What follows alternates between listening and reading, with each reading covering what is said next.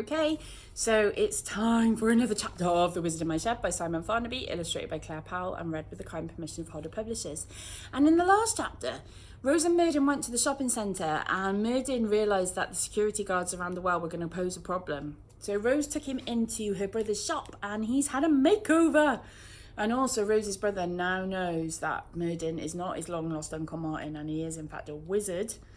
And he's asked him for a love potion to make his boss Shakir fall in love with him. So this chapter is called The Fashionarian Gets Thundarian. Can they get Thundarian? I hope so. Merdyn, Rose, Shakir and Chris walked briskly through the mall towards the ornamental garden. Rose had to guide Merdyn by the arm because he kept bumping into things. He'd never worn sunglasses before and his tight jeans were cutting off the circulation to his feet. Bubbles was watching Merdyn through a hole in Rose's backpack. "What's wrong with him?" he said, only loud enough for Rose to hear. "He looks like he's trying to crack a nut between his butt cheeks." Rose had to admit that Merdyn was an odd sight. However, his ponytail beard, combined with his colourful skater clobber and cool shades, were quickly gaining more positive attention from the fashion-conscious young men they passed. Rose could have sworn that by the time they reached the ornamental garden, she'd already seen two teenagers dressed exactly the same as the Warlock come dude. Chris had been trying to become a fashion icon for years, and Merdyn had managed it in a matter of minutes. "Hold up there," said Alan as Merdyn, Rose, Shakir and Chris finally reached the ornamental garden. "Where do you think you're going?" "Yeah, where do you think you're going?" repeated Jim unnecessarily. "We just wanted to have a little look at the old well," said Rose as innocently as she could. Alan and Jim laughed heartily. "We'd all like to have a look at the old well, little girl," said Alan, losing confidence halfway through the sentence because he remembered that this wasn't actually true. Most shoppers couldn't give two monkeys about it. "But we can't," he continued regardless, "so clear off." Jim, meanwhile, had noticed something familiar about the oddly dressed gentleman in front of him, and he peered a little closer. "Do I know you, sir?" he asked. Merdyn stared back. Okay," he said, thinking of the only modern word he could remember. Rose was panicking. It hadn't occurred to her that they needed a plan beyond disguising Merdyn. They didn't let any old person get near the well, not since the Great Wishing Well coin thefts of 2011. You'd need to be a visiting royal or some other famous person to get past security. Hang on, that was it. Rose had a plan, another one. "You should recognise him," she announced. "This is MC Warlock, and he's a famous rap artist." "MC Warlock," said a baffled Alan. Merdyn glared at Rose from beneath his glasses. Now what was she talking about? Shakir was thinking the same thing and she leaned into Chris's ear. "What's going on?" Chris decided to come clean. "She thinks this guy is some sort of wizard and he's lost his magic wand down the well," he whispered. "I know, it's embarrassing." He shook his head. This could be the end of his and Shakir's minutes-old relationship, but Shakir just laughed. This was exactly the sort of madness she loved. She turned to the security guards. "Yeah, this is MC Warlock. He's promoting his new album, Well Good Tunes. And to promote it, we're taking photos of him next to various famous wells. Get it?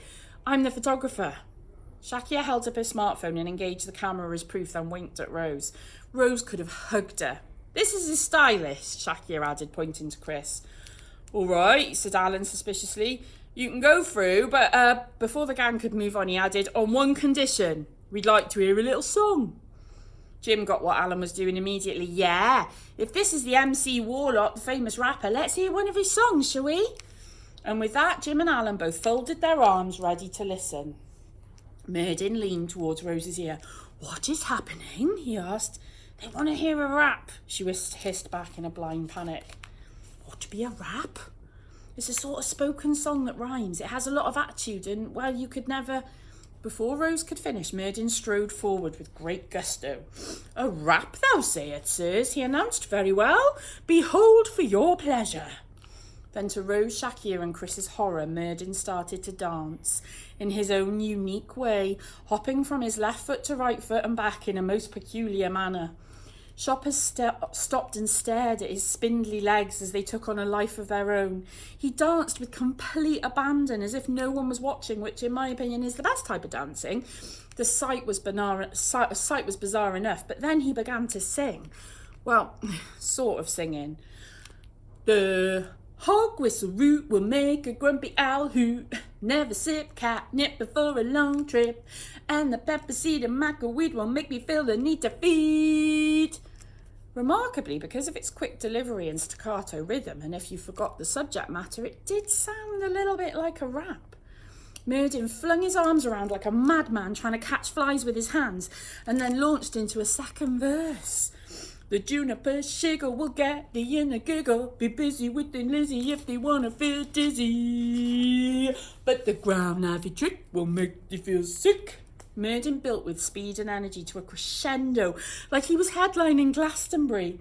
And the gum tree bush will get the mush in a hush. The white willow buck will have thee up with the luck. Let it never be forgotten that tormentor will make thee rotten, or I'll make thee forget her with my ground navvy herb and butter. And with that, Merdyn sank down on one knee, head bowed and breathing heavily, due to the physical exertion of the performance.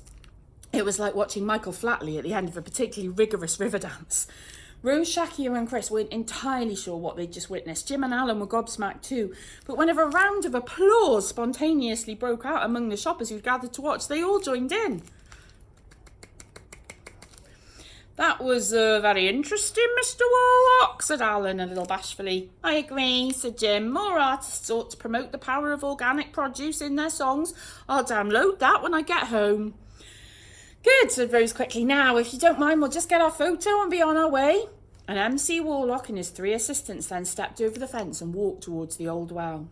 That was great. Where did you pull that from? Rose asked Merdyn in a low voice. Folk song, Merdyn said matter-of-factly. Songs are words, words, rhymes, 'twas ever thus. What's everyone talking about? That was the worst rap I've ever heard. Bubbles piped up from Rose's bag. Rose zipped it shut. Hello! Hello! Came a muffled cry shortly afterwards. The eager Warlock reached the old well first. He opened his jacket to reveal his herb belt with its row of little leather pouches, which he put on under his puffer jacket. He stuffed his right finger and thumb into 3 pouches in quick succession. Then he started the incantation with a look of dire seriousness on his face. Lyceum, Rhisarium, Angelica, Flor, Sassis, Amaze, Thundarian, he bellowed. Shakir grabbed hold of Chris's elbow. Is there really a magic staff down there? She said. I thought you were joking. Merdyn clapped his hands together, sending a puff of mixed herbs and greenery over the well like a magical cloud. But it wasn't a normal clapping sound. It was more like a roll of thunder. Boom! It was so loud the ground shook briefly, and he clapped his hands again. Kaboom!